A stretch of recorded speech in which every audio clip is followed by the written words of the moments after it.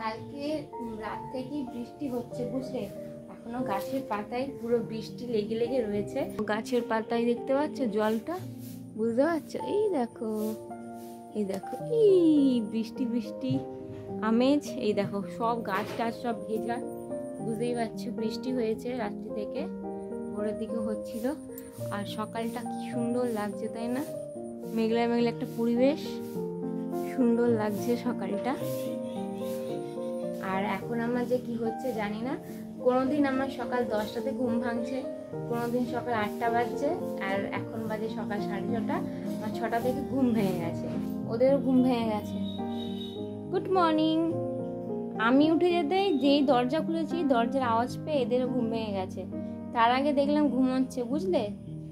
ওরাও একটু বেলা করে ঘুম থেকে ওঠে, আজকে আমার জন্য ওরা ভোর ভোর উঠে পড়েছে নাকি রে। এই দুটো চোখ দেখতে পাচ্ছ দুরকম, ভালো করে দেখো। এই তুই হাতটা সরা না, চোখে ঢাকা দিয়ে দিচ্ছিস। হাত সরা, হাত সরা, হাত সরা, ভালো করে বুঝতে পারছো? দুটো চোখ দু রকমের। ওরে বাবারে, ওরে বাবারে।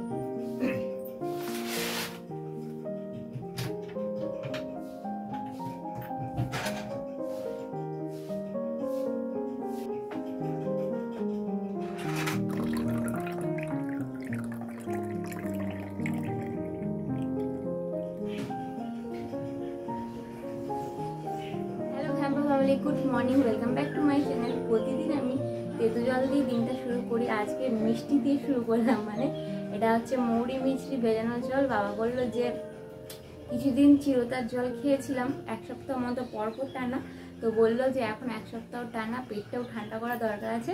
তো সেই জন্য রাত্রিবেলা মৌরি মিষ্টি ভিজিয়ে রাখি, মৌরি মিষ্টি জল দিয়ে দিনটা শুরু করলাম। তোমরা সবাই কেমন আছো? আশা করছি সবাই ঘ্যাম্পা আছো। এই যে মা একটু গুড মর্নিং বলে দাও সবাইকে। সবাই ভালো আছো তো? হ্যাঁ ভালো আছি, সবাই ভালো থাকবে, সুস্থ থাকবে। আচ্ছা বাবা একটু গুড মর্নিং বলে দাও। Good morning everybody, hi, I am fine.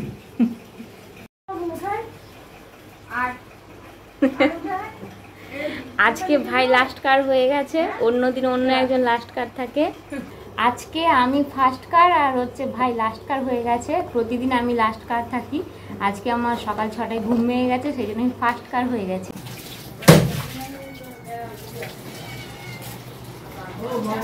আমার এখন সমস্ত খাওয়া উলট পালট হয়ে গেছে। মানে কি বলবো, ছোট মাছ আমি কোনো দিন ভালোবাসি না, কিন্তু এখন আমার ছোট মাছটাই খেতে ইচ্ছে করছিল। সেই জন্য বাবা সকালে বাজার থেকে নিয়ে এসেছিল, আর মা ভাজা করেছে। ভাজা করে আলু দিয়ে সুন্দর করে কষিয়ে একটা তরকারি করে দিয়েছে। তার কারণ আমি কাঁচা মাছের ঝালটা খেতে পারি না, সেই জন্য আলু দিয়ে হয়েছে। আর তার সাথে মসুরির ডাল, লেবু, আর মা আম কেটেছিল। আমাদের বাড়িতে সবাই ভাতের সাথে আম খেতে ভালোবাসে। আর আজকে হঠাৎ ইচ্ছে করলো, মানে অনেকদিন থেকেই ইচ্ছে করছিল, তো আজকে বাবা বাজার থেকে নিয়ে এসেছিল এই ছোটো মাছ, চুনো মাছ আর কি। এটা মোরলা মাছ আছে। ছোটো মাছ কিন্তু আমি কোনোদিনই ভালোবাসতাম না, আমি এখন আবার আমার ছোটো মাছ খেতে ইচ্ছে করছে। ফাটাফাটি। আমার ভাষায় পুরো ঘ্যাম্পা লাগছে, ঘ্যাম্পা। আমার শাশুড়ি মা আমার জন্য দেখো ফল পাঠিয়েছেন। এখানে পেয়ারা আছে, আপেল আছে, কলা আছে, বেদানা আছে, আর লেবু আছে, আর তোমার একটা কাঁচা আম পাঠিয়েছেন। তো এটা মাকে বলবো চাটনি করে দিতে, আর একটু মাখাও খাবো ভাবছি। আর এখানে দেখো সন্ধে হয়ে গেছিলো, তো রাত্রে চিকেন হবে। এখানে চিকেনটা মাখানো হয়ে গেছে, পেঁয়াজ টেঁয়াজ সব কাটা হয়ে গেছে, আলু টালু সব ভাজা হচ্ছে বুঝলে। চিকেন কষানো চলছে একেবারে অল্প পরিমাণ। ভাই বলছি, আমি আর মা দুজনে মিলে খাবো। তো বাবা আর ভাই ওরা খাবে না, তো কেন কি ধারা সেটা তোমাদেরকে বলছি। আগে চলো চিকেনটা কষানো হয়ে যাক, তারপর বলছি। গুড ইভিনিং ঘ্যাম্পা ফ্যামিলি। তো প্রতিদিনের মতো আজও ফ্রেশ হয়ে নিয়েছি। আর বাইরে মানে কি বলবো, বাইরে না ঘরের ভেতরেও ভ্যাপসা বস্তা পচা গরম।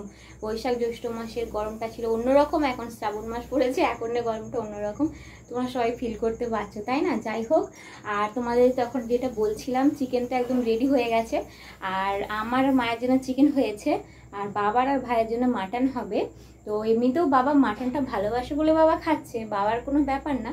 আর ভাই চিকেনটা খেতে পারবে না, তার কারণ ভাইয়ের তো উপনয়ন হয়েছে। আর আমাদের তো নিয়ম আছে যে 1 বছর চিকেন খেতে পারবে না, তো সেই জন্য ভাই মাটন খাবে। ভাই আর বাবার মাটন, আর আমাদের মামির চিকেন। আমি এখন মাটনের মানে গন্ধ নিতে পারি না, মানে খেতে বসে যদি মাটন আমাকে দিয়ে দেওয়া হয় না আমার বমি হয়ে যায়। তবু তো চিকেনটা এখন খেতে পারছি একটু একটু করে। প্রথমের দিকে তো আমি কোনো মাংসই খেতে পারতাম না, মানে আদা পেঁয়াজ রসুন দিয়ে একসাথে কষানোর যে কোনো তরকারি, আমাদের বাড়িতে তো রসুন পেঁয়াজ দিয়ে তরকারি বন্ধ হয়ে গেছিলো, মানে আদাটা দেওয়া তবু খেতে পারতাম, কিন্তু রসুন পেঁয়াজ দিয়ে মোটেই খেতে পারতাম না। এখন তবু খেতে পারছি। মা তুমি কি রান্না করছো? মা মাটনটা রান্না করছে, এই যে এখানে মশলা কষানো হচ্ছে, আর এখানে একটা স্পেশাল মেনু রান্না হবে সেটা মা তোমাদের বলছে। তো এখানে দেখো মশলা কষানো চলছে। আচ্ছা, চিকেন তো আমাদের মা মেয়ের, আর মাটন তো আমি বলেছি ভাইয়ের আর বাবার। আর এই যে এখানে মাটনটা মা এখানে এইভাবেই রান্না করে, ম্যারিনেট করে না, একবার ডিরেক্টলি করার মধ্যে দিয়ে দেয়। আর একটা স্পেশাল রান্না হবে, স্পেশাল মেনু কি বলো তো, সেটা তুমি বলো। রাইস, হ্যাঁ ফ্রাইড রাইস।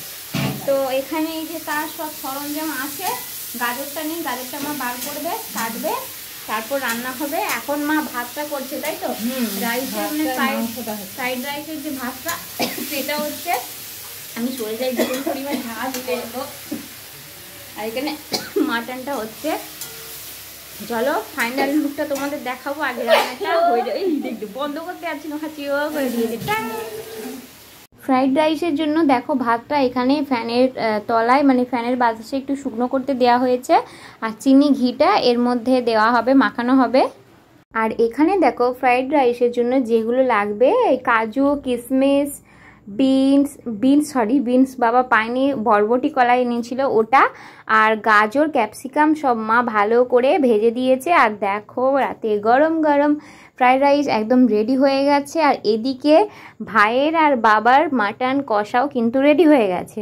আর আমার মায়ের চিকেন কষা তোমাদের তো আমরা আগেই বলেছি। বাবা আর ভাই যেহেতু ওরা চিকেন খাবে না, সেই জন্য ওদেরকে আগে খাইয়ে দেওয়া হয়েছে, কারণ ভাইয়ের তো চিকেন মানে এর সাথে ঠেকাঠেকি চলবে না, ওই জন্যে না চিকেনটা রান্না হবার পর মা ভালো করে গ্যাস ট্যাস পরিষ্কার করে তারপরে কিন্তু এগুলো রান্না করেছে। আর এখন আমাদের মা মেয়ের খাবার বেড়ে নিচ্ছে। এই দেখো আমার মায়ের অবস্থা, আমার মা মানে কি বলবো 24 ঘন্টায় বলতে গেলে এরকম মজা করে, সব সময় এইভাবেই মজা করতে ভালোবাসে, ভীষণ মজার মানুষ তোমরা বলতে পারো। মুখে সবসময় হাসি মোটামুটি লেগেই আছে, যত টেনশন হোক, যত চিন্তা ভাবনা মানে যাই থাকুক, মুখে হাসি এরকম সবসময় লেগেই থাকে। তো যাই হোক, এদিকে বাবা বসে টিভি দেখছিল, তো সেই জন্য তোমাদের সাথে ওই সময় আমি কথা বলতে পারিনি, আর ফ্যানও চলছিল। আর তো এবার বসে গেছি মা মেয়েতে খেতে। খাবারটা কিন্তু ভীষণ টেস্টি হয়েছিল সত্যি বলতে, কিন্তু খেয়ে দিয়ে মানে খাবার পর ওই যে মাংস খেয়েছিলাম, আমার অবস্থা এতটা খারাপ হয়ে গেছিলো না, সেটা বলার মতো না, আমি আর খাবোই না হয়তো মাংস। তোমরা ভাববে যে খুব মজা করে খেয়েছি, কিন্তু বিশ্বাস করো আমি যতটা মনের মধ্যে আনন্দ ছিল সন্ধ্যে থেকে, যে আগে মানে কি বলতো মাংস মানে আমি সব থেকে মাংসটাই ভালোবাসতাম, কিন্তু এখন সেই মাংস যে এরকম হবে, মানে সেই মাংসকে যে এতটা বিপদ হয়ে যাবে, এই চিকেন খেয়ে যে এতটা আমি বিপদে পড়ে যাবো রাত্রিবেলা, এই প্রেগনেন্সি টাইমে সত্যি আমি বুঝতে পারিনি। যাই হোক, আর তোমাদের সাথে কার কার এরকম হয়েছে অবশ্যই জানিও তো, কে কে আমার মতো প্রেগনেন্সিতে মাংস খেতে পারোনি, মাংসের গন্ধ নিতে পারোনি, প্লিজ কমেন্টে জানিও, আমার ভীষণ জানতে ইচ্ছে করে। আমি তো মাকেও জিজ্ঞেস করলাম যে মা, যখন আমি আর ভাই হয়েছিলাম তখন তোমার এরকম হতো কি না, তো সেরকম আর কি তোমাদেরকেও জিজ্ঞেস করছি। তোমরা প্লিজ কমেন্টে আমাকে জানিও তোমাদের এরকম প্রেগনেন্সিতে চিকেন মাটন খেয়ে বা মাংস খেয়ে এরকম হয়েছে কিনা। মানে কি বলবো, বমির ওষুধ খেতে হলো রাত্রিবেলা বাধ্য হয়ে, অবশ্যই ডাক্তারের সাজেস্ট করা। তো ডাক্তারের দেওয়া, এখন তো মানে দুমদাম করে দোকান থেকে ওষুধ আমি কোনো কিছু কিনে খেতে পারবো না, ওই জন্য প্রেসক্রিপশানে ওষুধ আমার দেওয়া ছিল। আর বাড়িতেও বমির ওষুধটা কিনেই রাখতে হয়, যেহেতু আমার পুরোপুরি অরুচিভাব কাটেনি, বমিটা এখন আমার পুরোপুরি কাটেনি, বমিটা হয় এখনও, সেই জন্য বমির ওষুধ আমাকে রাখতেই হয়, কিছু করবার নেই। তো ঠিক আছে চলো, আমি এখন একটানে কথা বলতে পারি না, হাঁপিয়ে যাই জানো তো, এই যে কথা বলছি হাঁপিয়ে যাচ্ছি, তোমরা হয়তো বুঝতেই পারছো। তো চলো আজকে ব্লগটা এন্ড করছি, সবাই ভালো থেকো, নতুন একটা ব্লগের সাথে দেখা হচ্ছে, আজকের মতো টাটা।